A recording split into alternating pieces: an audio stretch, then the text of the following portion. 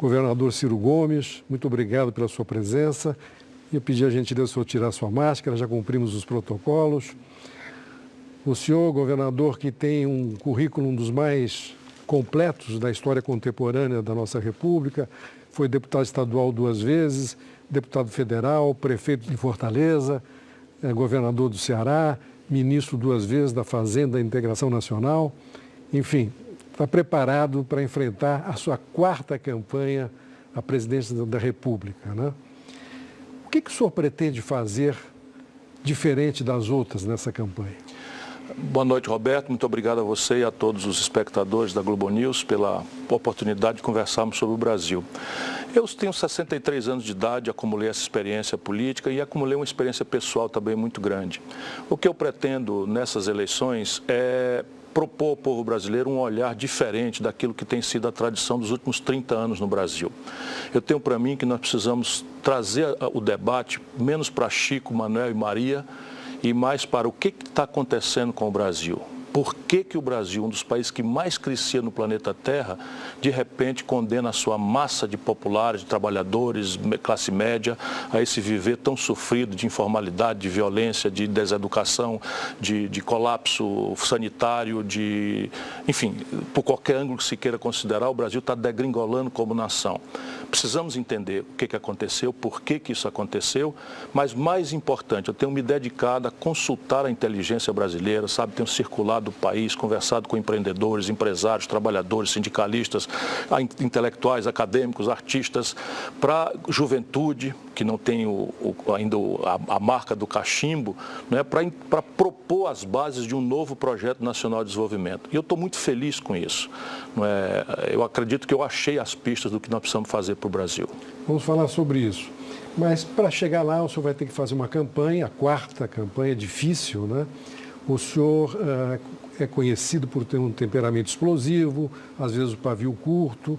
O senhor se sente mais, psicologicamente, eu digo, mais preparado para enfrentar essa dificuldade? Essa imagem que se fez de mim, embora aqui e ali com a minha contribuição, não guarda coerência com o que de fato sou. Porque, veja, alguém que administrou a economia do Brasil, que governou o 8º estado brasileiro, que governou a 5ª cidade do Brasil, sempre saindo com grande êxito, nunca respondi por um mal feito moral, nem sequer para ser absolvido num país em que, não é, infelizmente, a corrupção virou um elemento central do modelo de poder em vigor no país há 30 anos. Não é? Mas eu aprendi muita coisa, porque eu venho do Nordeste, eu fui educado a maior parte da minha vida pública na escola pública. Então eu tenho esse jeito de fazer, de falar, que na minha tribo as pessoas conhecem e veem nisso uma espécie de capacidade de expressar indignação, mas em outros ambientes, e foi preciso eu mergulhar mais profundamente no Brasil, isso às vezes, essa clareza com que eu falo os S's e os R's, né? essa contundência com que eu aponto erros responsáveis, dou nome às pessoas. Às vezes palavrões, né? Menos palavrões, mas também já usei, na medida em que há uma certa displicência para quem como eu, sabe, nem venho da aristocracia e nem pretendo ser propriamente um lorde, né? O que eu quero é servir essa grande nação. Porém, eu aprendi muito. Eu aprendi que a mensagem que eu emito não me pertence. A mensagem que eu emito pertence a quem está me atendendo e eu não tenho o direito, sabe, de deixar que as pessoas percebam as ideias que não são minhas, são as melhores ideias que eu colhi da inteligência brasileira, porque eu uso um adjetivo mais azedo, ou porque eu expresso com certa despudor a minha gravíssima indignação com as coisas do Brasil. Estou achando um ponto de equilíbrio e a maturidade, 63 anos, acaba trazendo também essa possibilidade de a gente olhar as coisas com um pouco mais de distanciamento, mas eu ando muito indignado, Roberto, muito mesmo, e acho que a gente não devia relativizar essas coisas. Percebe? Não perder indignação é fundamental, né? É o que eu acho, porque isso é uma energia que eu não quero perder, senão não faz sentido. Sabe, o Brasil não precisa mais do mesmo. O Brasil precisa de energizar a política e isso tem que ser feito com exemplo. E veja, nós temos mais de 500 mil de brasileiros mortos, de uma doença cuja vacina está sendo aplicada desde dezembro do ano passado. E nós estamos vendo irmãos, filhos, pais, maridos, esposas, amigos íntimos morrendo. 1 de cada 400 brasileiros, em números redondos, morreu E a gente agora assistindo esse submundo em que um cabo de polícia negocia com um coronel e um reverendo envolvendo uma trama de gangsters, assim, na vacina. Como é que a gente vai fazer uma reação elegante a isso? Eu gostaria de dizer que isso é uma atitude genocida. Podia dizer de assassino em massa, ou dizer bandidos. Né? E aí isso vai subindo uma escalada que eu aprendi, né? Aprendi sofrendo, porque é muito constrangedor você ter boas ideias, boas práticas, boa experiência e ser condenado por adjetivos, por frases infelizes e tal. Eu tenho a obrigação de corrigir isso. Governador, entendo perfeitamente o que o senhor está dizendo. Vamos falar novamente sobre essa questão da política nacional, mas eu quero falar um pouquinho da campanha, né? Eu vi uma peça sua essa semana, muito bem feita, muito bem produzida, em que o título da peça é Nem Lula, nem Bolsonaro. Quer dizer, o senhor pretende ser essa terceira via? Eu acho que essa redução do processo político brasileiro a uma terceira via é um processo preguiçoso da nossa mídia. É assim, ela tem que achar um nome apressado, cabe ali naquelas letras e chama. Na verdade, o Brasil precisa de discutir duas coisas muito centrais: o modelo econômico e o modelo de governança política. Com clareza para mim. Então, veja bem, é evidente que qualquer brasileiro minimamente sério sabe que o Lula é muito diferente do Bolsonaro. Sob o ponto de vista vamos dizer, do respeito ao rito democrático, é uma diferença fundamental e isso é muito importante, não é pouco importante. Mas, sob o ponto de vista desses dois valores, o modelo econômico e a governança política, é duro dizer, mas a gente precisa amadurecer, são rigorosamente a mesma coisa. Roberto, ali numa madrugada do ano 99, o ex-presidente Fernando Henrique Cardoso quebrou o Brasil, desvalorizou o real, perdemos a âncora cambial, que eu ajudei a fazer lá atrás como ministro da Fazenda, e ele, às pressas, com auxílio técnico brilhante do Armínio Fraga, criou o modelo econômico em vigor no Brasil hoje. Tripé macroeconômico, para fazer um resumo: câmbio flutuante, superávit primário e meta de inflação. Podemos discutir o mérito disso. Qual foi a política econômica desde então, praticada pelo Lula? Tripé macroeconômico, câmbio flutuante, superávit primário e meta de inflação. Qual é a política da Dilma, que quebrou o país? Um governo absolutamente desastrado. Olha, eu falando aqui coisas que são duras, são doídas, mas foi desastrado porque o país perdeu 7% da economia. Nunca houve isso, né? Essa crise que está aí, o Bolsonaro está agravando, mas quem produziu foi o Lula e seus. Então, deixa eu só completar. O regime sequente, eles chamam de golpe, embora estejam aí agarrados com os que fizeram o golpe, Renan Calheiros, Eunice Oliveira, são os protagonistas que presidiram o Senado, que fez o impeachment. O Lula está fazendo a mesma coisa. Qual foi a política econômica do golpista, aspas, Michel Temer? Câmbio flutuante, superávit primário, meta de inflação. Depois cai no Bolsonaro, que parece uma disruptura, etc, etc. Qual é a política dominante no Brasil? Câmbio flutuante, superávit primário e meta de inflação. Então, veja, o modelo econômico morreu, porque o Brasil está nessa situação que está por isso. Não é porque Chico, Manuel, Maria. E se me permite só a governança política telegraficamente. Sabe o tal centrão, que as pessoas também por preguiça chamam de centrão? Isso não tem nada de centrão, isso é um universo fisiológico, clientelista e extensamente corrupto, que assalta os cofres brasileiros desde sempre. Toda esta gente estava com o Fernando Henrique, toda essa gente estava com o Lula, toda essa gente estava com a Dilma, toda essa gente estava com o Michel Temer, toda essa gente está com o Bolsonaro. Vou lhe interromper um pouquinho, senão não vou poder falar, claro. Desculpa. Bom, duas coisas. Primeiro, o senhor, no segundo turno das eleições passadas, o senhor foi embora do Brasil. De certa forma, o senhor ajudou, de alguma maneira, a eleger o Bolsonaro. Não, talvez a sua presença aqui, o seu apoio, pudesse ter mudado essa história. Segundo, se o senhor vier a ser presidente, o senhor não vai ter que trabalhar com o Congresso, com essas mesmas figuras? Veja, o PT inventa esse pretexto para explicar o inexplicável. Eu votei no Haddad. Concretamente, é mentira deles que eu não tenha votado. O que eu apenas, como um democrata, tenho o direito é de não participar de uma campanha que era liderada por alguém que eu considero criminoso. Será possível? Peraí, porque eu fui para os debates, Roberto, com uma sonda pendurada na perna numa cirurgia. Dei o melhor de mim por anos a fio, como estou procurando fazer agora. Praticamente não convivo com a minha família, dedicada à vida do povo brasileiro. Faço isso por vocação, por amor, por paixão, não tenho nenhum arrependimento. E fiz isso nas eleições de 2018. Todas as pesquisas mostravam que a força que seria derrotada era o Lula e o PT.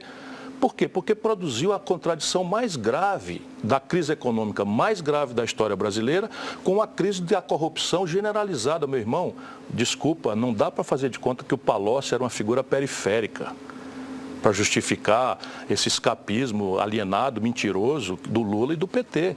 O Palocci devolveu 100 milhões de reais, povo brasileiro, 100 milhões de reais, um cheque, 100 milhões de reais. E disse que esse dinheiro tinha sido roubado dos cofres do governo. O senhor vai bater no Lula e no Bolsonaro? Não, eu vou bater nas causas da tragédia brasileira. O modelo econômico e o modelo de governança política, que responde à segunda parte da sua pergunta. O Brasil, eu conheço bem sua história, nunca precisou necessariamente contemporizar com essa ladroeira. Por exemplo, Juscelino Kubitschek governou sob grande estresse e não contemporizou com essa ladroeira. Foi acusado pesadamente, sempre de forma falsa, de ser corrupto e nunca precisou contemporizar. O Lula, no primeiro mandato, não contemporizou. Não quer dizer que é fácil, mas eu tenho a chave para isso pela minha vivência. O Itamar Franco, a quem eu servi, governou sem nenhuma concessão a essa gente. Portanto, é mentira, povo brasileiro, jovem brasileiro, que a gente tem que se aliar com os bandidos sem ser bandido. Quem se alia com bandido é quadrilheiro igual ao bandido. E isso não é uma questão moralista ou denista, que eu tenho horror a esse moralismo de goela. É uma questão de ver que isto está levando o Brasil ao fracasso. Olha no que deu. O Collor, que era sustentado nessa lógica, foi cassado. Quer dizer, o senhor não vai... O Lula foi bater na cadeia, a Dilma foi cassada, o Bolsonaro está se desmoralizando. Será que este modelo presta? O PSDB, depois que o Fernando Henrique fez essa tratativa, nunca mais ganhou a eleição nacional. Então, percebe, o que parece ser pragmático, objetivo, é a certeza do fracasso e da crise que está levando o povo brasileiro a não acreditar mais na política, que é a linguagem da democracia. O senhor agora usou a palavra criminoso, né? No entanto, eu vi uma palestra sua na FAAP em que o senhor defende o Lula, dizendo que ele não era culpado. Quer dizer, então, há linguagens e linguagens, né? O senhor não está fazendo a política com o fígado? Em absoluto. Veja, a questão do Lula é que ele não recebeu o devido processo legal. Isso eu dizia, não digo agora, eu dizia quando havia um incenso absoluto, a crença do nosso sofrido povo de que o Moro era a chibata moral que finalmente tinha chegado para instalar o chicote e botar as coisas em ordem e tal. E eu sou professor de direito. Então, o que eu disse sempre, digo hoje, é que o Lula não teve o devido processo legal e que o que o Moro estava fazendo era semear nulidades. Isso não é porque eu sou profeta, é porque eu conheço a história brasileira. A Operação Satyagraha deu na mesma coisa. Tinha lá o juiz Valentão, tinha o procurador da República Valentão, tinha o delegado de polícia Valentão, todos siderados pela política. Hoje está tudo desbaratado. A Operação Castelo de Areia é a mesma coisa. Então, a gente precisa falar a verdade, pouco importa a conveniência. Então, veja, eu não posso acreditar que um presidente da República do Brasil, não é, que tem esse tamanho, seja demonstrada a sua culpabilidade, do ponto de vista de corrupção, por um apartamento fuleira, sabe, numa praia de Guarujá. Não é esse o sintoma. O sintoma não é esse. Agora, a questão do Lula, por isso que eu disse que ele era o maior corruptor da história moderna brasileira. Porque se ele eventualmente não pôs dinheiro no bolso, e pôs, é só olhar, ele tem declarações de bens e tal, mas ele pôs fazendo um jeito que era assim, a Odebrecht pagava para o Lula $200 mil por uma palestra. Eu também faço palestras, eu cobro 15 mil reais, 20 mil reais, e profundamente não tenho o charme do Lula, o encantamento do Lula, posso não ter, mas eu acho que eu tenho muito mais conteúdo para repartir numa palestra do que o Lula tem. E o mundo tem um padrão. Então, a Odebrecht paga $200 mil para uma palestra e o Lula recebe isso com recibo. Governador, estou lhe ouvindo aqui, desculpa lhe interromper. O senhor, com esse discurso, me parece que o senhor vai perder uma parte, pelo menos, dos votos da esquerda. Na direita empedernida ou na extrema-direita, o senhor não terá votos. Onde é que o senhor pretende buscar os seus votos? Eu pretendo buscar no meio do povo brasileiro que não se movimenta por esses adjetivos. O povo brasileiro, que eu conheço com grande intimidade, é uma estrada longa e é um amor correspondido de 4 décadas, o povo brasileiro precisa ser entendido como ele é. E o povo brasileiro, do ponto de vista econômico, é extremamente progressista. Se você perguntar ao povo brasileiro quem é o responsável por promover o desenvolvimento, a qualidade dos salários, a qualidade dos serviços públicos, ele vai dizer numa proporção de 80% que é o governo. Ele não tem nada dessa... O povo brasileiro aspira um estado de bem-estar social ao modo europeu. Se o senhor vai buscar o governo, o Estado como indutor social. No mundo inteiro é assim que é.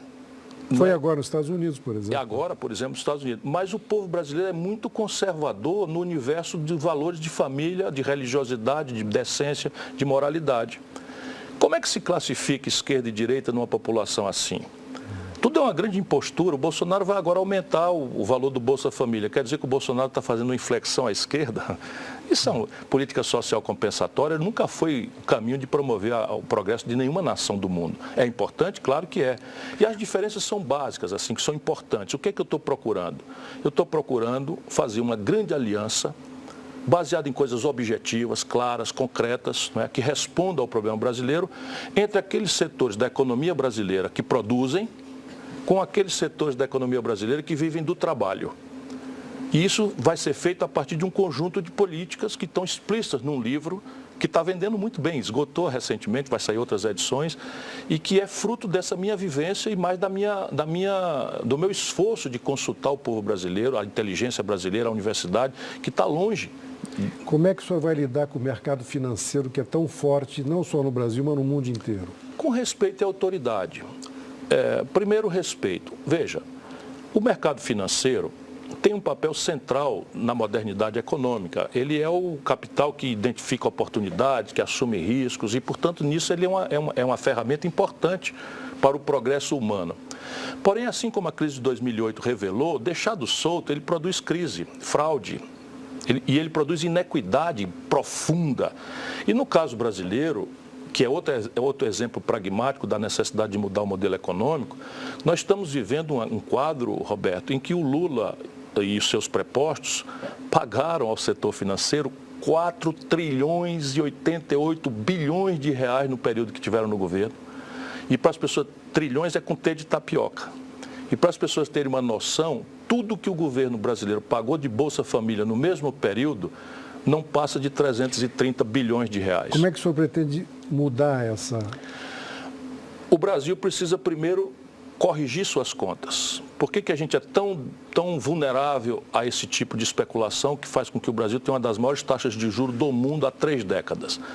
É porque nós temos um desequilíbrio estrutural nas contas do Brasil que nem casa da gente. Se a gente gasta mais do que ganha e não corrige isso, vai pagando isso, girando cartão de crédito, girando cheque especial, cai no agiota e a dívida vai encurtando e a dívida vai ficando mais cara. O povo sofre isso, tem 70 milhões de brasileiros humilhados no SPC, 6 milhões de estudantes que caíram no conto do FIES, que são os limites do tal esquerdismo petista. Pegaram 40 bilhões de reais dos cofres do governo, do povo brasileiro, entregaram para empresários de educação privada, e o Brasil fez nascer, durante o período PT-Lula, o maior conglomerado de educação privada do mundo, que não é na Alemanha nem nos Estados Unidos, é no Brasil, e no meio ficou um estudante endividado, 6 milhões de estudantes. Então, consertar a conta é o primeiro caminho, para que você, ao não precisar emprestar dinheiro, você possa tratar os dinheiros, não é, com o devido respeito, mas com a distância necessária de não fazer o país inteiro ficar dependendo do fluxo. Quem são as pessoas que o senhor está conversando na área econômica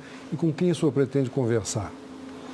Eu pretendo conversar com todos os brasileiros de boa fé. Tenho conversado com muita gente interessante, eu não devo devassar isso para não expô-los, mas eu tenho conversado com presidentes dos maiores bancos brasileiros, tenho conversado com dirigentes dos maiores conglomerados de mídia do país. Mas o senhor pretende mudar sem mexer na estrutura? Não é possível. Eu estou tentando mostrar a necessidade de nós fazermos um grande e generoso debate, sem sustos, sem rupturas, em que a gente anuncie um novo consenso nacional ao redor de uma nova institucionalidade. O Brasil precisa refundar suas bases constitucionais, que estão dilaceradas e extremamente contraditórias, na medida em que você, pretendendo um valor correto, impõe um teto de gastos e deixa livre os gastos correntes com o juro, você cria uma disfunção. Mas a pior, quando você faz o teto de gastos e liberta gastos com privilégios, como, por exemplo, o Bolsonaro concedeu à casta militar, as despesas correntes brasileiras cresceram 9% acima da inflação. Onde é que esse teto de gasto está apertando? Naquilo que interessa para o povo. O Brasil destruiu sua capacidade de investimento. Governador, o senhor falou dos militares. Como é que o senhor está vendo a situação hoje, a questão militar no Brasil? O Bolsonaro está fazendo uma coisa muito grave. Ele está tentando e conseguindo, em parte, transformar a cúpula das Forças Armadas e parte das PMs do Brasil num partido político armado e fascista. Agora saiu uma pesquisa do Fórum Nacional de Segurança Pública mostrando coisas muito inquietantes, que eu já vi lá no Ceará. Não é? Basicamente, grupos de WhatsApp, reunindo PMs de baixa gradação, subtenentes, sargentos, cabos, soldados, em que 41% formulam as teses do Bolsonaro, inclusive propõem despudoradamente fechar o Congresso Nacional, fechar o Supremo Tribunal Federal, e o único fator dissuasório que eles têm é o porte legal de armas. O senhor acha que para o Brasil seria melhor um impeachment ou chegar até o final esse governo? O impeachment não é uma conveniência nem uma oportunidade que os políticos devem ajuizar, como estão fazendo. O impeachment é uma coisa muito grave. É a punição única que existe para o cometimento doloso, ou seja, de caso pensado, de crime de responsabilidade. Trata-se, portanto, de ajuizar se o Bolsonaro cometeu ou não cometeu, e claramente cometeu 23 crimes bem qualificados e demonstrados. Eu mesmo já assinei 3 pedidos de impeachment e sou muito responsável. Não é? Eu sou professor de direito, eu não sou um leviano que vai fazer esse tipo de coisa, como também tem um processo, tem notícias crime dos cometimentos de crimes comuns. Por exemplo, quando o cidadão investido da autoridade recebe documentos dizendo que estão roubando na vacina e não faz uma ligação rápida para a Polícia Federal, para a Controladoria da União, dizer, ó, estou recebendo aqui documentos, estou lhe enviando, exige uma investigação. Ele comete um crime claro no Código Penal que chama prevaricação. Então o Bolsonaro é um criminoso e, portanto, ele tem que ser punido. Ele tem que ser punido. O Bolsonaro expôs a sociedade brasileira ao assassinato em massa. Não é genocídio, sob o ponto de vista técnico, porque ele não focou um grupo étnico, mas comunidades quilombolas, comunidades indígenas menos habilitadas, sob o ponto de vista imunológico, para doenças desse tipo, morreram em massa.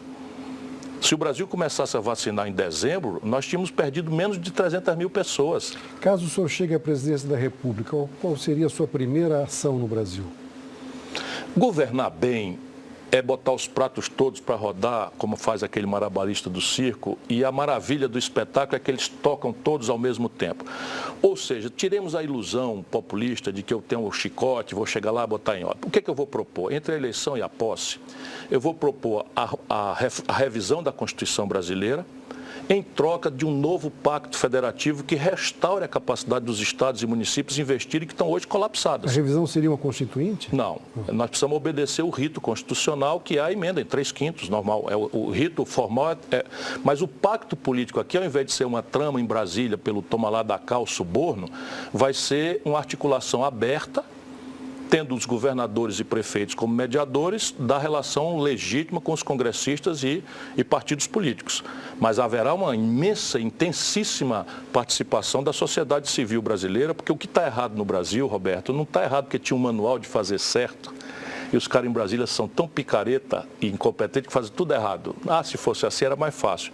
Está errado porque nós somos uma sociedade que tem uma minoria ínfima que perdeu a noção completamente de nação. Sabe, 1% dos brasileiros, Roberto, está aqui, estou tranquilo, não estou? Mas vou dizer o número, 1% dos brasileiros tem hoje já posse de 50% da riqueza do Brasil. 5 pessoas acumulam a renda dos 100 milhões de brasileiros mais pobres. Isso não foi o Bolsonaro está agravando tudo isso, isso não foi o Bolsonaro que fez, vamos ter humildade. Quem fez isso foi essa grande mentirosa impostura que nós, democratas, que reconstitucionalizamos o país e fizemos essa obra política e institucional muito importante, você tem uma participação nessa fase, na sua outra vocação, mas nós fracassamos feio no desenho de um projeto de país que respondesse à questão da economia. Quer dizer, para enxergar isso não precisa ser de esquerda? É evidente que não. É evidente que não. O Brasil não cabe no gueto de esquerda, muito menos de uma esquerda confusa, como é a esquerda petista, ou pissolista, ou pcdubista, que é a mesma coisa. Com todo o respeito, são meus velhos companheiros, velhos camaradas, lá desde o movimento estudantil, mas perderam a noção. E não é uma coisa trivial, os europeus também perderam. Não é? A esquerda tradicional europeia está banida do processo político. Agora o senhor vai ter que fazer alianças, né? Vou fazer alianças, vou procurar fazer alianças. E a minha O senhor aliança... não está matando essas alianças com essas críticas em vários Não, setores? é preciso qualificar essas alianças, porque senão não é aliança, é ajuntamento ou formação de quadrilha, que é o que tem acontecido no Brasil. Eu estou propondo uma aliança de centro-esquerda com coisas muito claras. O que é o centro para mim? Não é esse negócio que chama a imprensa descuidada, chama de centrão. O centro é o mundo produtivo. É o pequeno e médio empresário, da educação, da saúde. Portanto, eu não tenho preconceito de nenhuma natureza. E estão passando pão que o diabo amassou. Tem 6 milhões de empresas no Brasil, no Serasa, na antessala de quebrar. 63 milhões e 700 mil é o número oficial do SPC. 63 milhões e 700 mil brasileiros. O mercado não sabe como resolver isso. Isso exige uma parceria estratégica. E o que é a esquerda? É o mundo do trabalho, Roberto, que está precarizado de um jeito. Irmãos, por favor, vamos compreender. O Brasil tem hoje 40 milhões de pessoas vivendo de bico, sem a proteção do salário mínimo, que já é o pior salário mínimo em poder de compra dos últimos 15 anos. Governador, o senhor está bem afiado, eu estou fazendo poucas perguntas, o nosso tempo está quase terminando. Algumas coisinhas rápidas. Pode ser que o senhor tenha que enfrentar nessa eleição um grande companheiro seu, grande amigo, que é o Tasso Gereissati do seu estado. Vai ser difícil se for o Tasso? Não, porque eu fico muito feliz de ver o Tasso finalmente tendo uma oportunidade, se finalmente derem a oportunidade. Uma das razões de eu ter rompido com o PSDB é que o Fernando Henrique tirou o tapete do Tasso, que era claramente o candidato natural, o tucano exitoso, tinha elegido o único governador do partido naquela data, tinha assumido a presidência nacional, tinha montado a equipe e o Plano Real, que depois tomou esse nome, e o Fernando Henrique foi lá como um bom tucano, comeu no ninho alheio todo e tirou o tapete do Tasso. Porque o Tasso é tudo de bom. Então, se ele vier para a disputa, viva, o Brasil vai ganhar muito. Mas eu represento outro conjunto de valores, de compreensões do país e tal. O que não desmerece o Tasso, volto a dizer, ele é tudo de bom. Governador, estamos chegando no final. Queria que o senhor desse a última mensagem, rapidamente. O que o senhor queria dizer ao povo brasileiro? Meu irmão, não vá pela cabeça dos outros. Nenhuma razão há para a gente se apressar na decisão do voto. Uma pesquisa eleitoral custa 600 mil a 1 milhão de reais. E só no Brasil, quase 15 meses antes da eleição, nós temos 6 pesquisas por mês. Aí tem. Dá um tempo. Vamos entender que nessa eleição nós temos 2 tarefas, não é só uma. Derrotar o conjunto de valores trágicos que o Bolsonaro representa, mas mais importante, construir o Brasil do futuro. E eu peço uma oportunidade para as pessoas para compreender, entender a minha proposta, melhorá-la, criticá-la, mas não deixar que o jogo brasileiro seja um jogo de Chico contra Manel, porque isso está liquidando o nosso país.